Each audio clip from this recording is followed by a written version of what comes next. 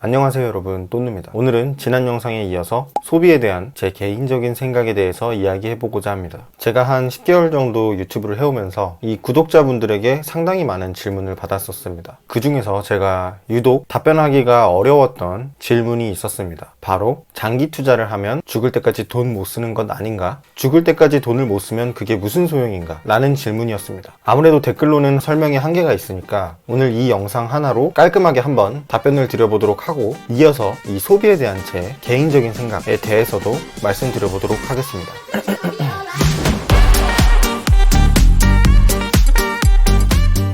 결론부터 말씀드리자면 이건 잘못된 생각입니다. 질문하신 분이 말씀하신 이익 실현은 바로 현금화입니다. 여러분이 어떠한 투자 자산을 이 현금화 시키는 순간 그 자산의 성장 잠재력은 제로가 되는 것입니다. 이 현금은 이 시간이 지나면 지날수록 그 가치가 떨어지게 되죠. 제가 항상 투자를 함에 있어서 전제로 가져가는 것은 주식시장은 우상향 해왔고 앞으로도 그럴 확률이 높다입니다. 이는 주식시장 역사, 200년 역사의 데이터이기 때문에 결코 무시할 수 없는 통계적 확률입니다. 하지만 주식시장은 이 단기적으로는 변동성이 심하기 때문에 이 장기 투자를 해서 변동성과 리스크를 줄이는 것이 가장 중요한 포인트입니다. 그럼 우리는 평생 소비를 하지 못하는 것일까요? 아닙니다. 이 주식 투자든 어떤 투자든 그 투자에서 나오는 이자, 배당이 있습니다. 우리는 이 이자로 즐기면서 살 수 있는 거죠.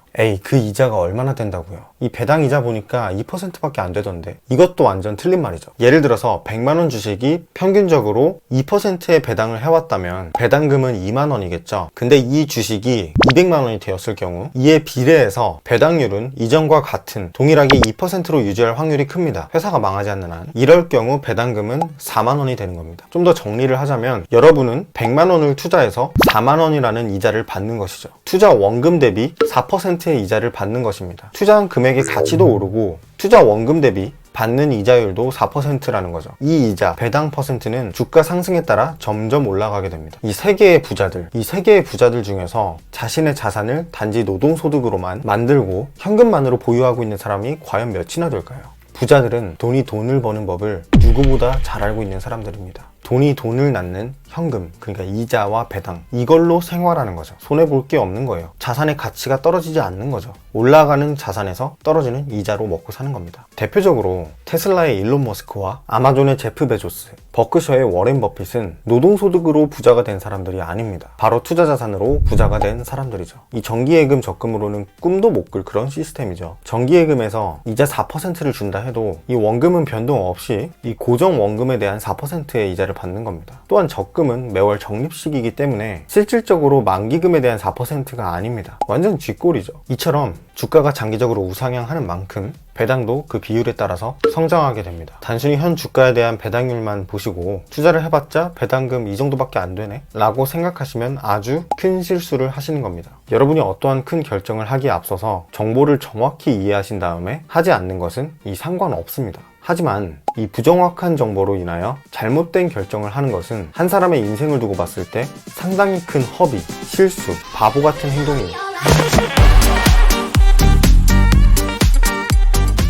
그럼 소비 생활은 어떻게 할까요? 이건 지극히 제 개인적인 기준입니다만 저 같은 경우에는 이 소비를 하기 전에 머릿속으로 이 간단한 계산을 해봅니다. 예를 들어서 30만원짜리 애플워치를 산다고 생각을 해볼게요. 제가 1억을 모았습니다. 1억이란 돈은 건강하게 투자가 잘 되어 있다면 그 돈에서 나올 수 있는 배당이자는 대략적으로 한 2% 정도 됩니다. 1억의 2%는 200만원이죠. 근데 1억의 0.3%는 30만원입니다. 애플워치는 내 자산의 0.3%에 달하는 금액인 거죠. 개인적으로 이 정도는 사도 된다고 생각합니다. 내 자산이 만든 금액인 200만원의 아래의 금액이기 때문이죠. 저는 이런 식의 기준으로 소비를 통제해왔고 지금도 딱히 큰 사치는 하지 않습니다. 월화수목금토일 일을 하다 보니 매번 비슷한 옷만 입게 돼요. 그렇지만 쓸 때는 진짜 거리낌 없이 불편함 없이 확실하게 씁니다.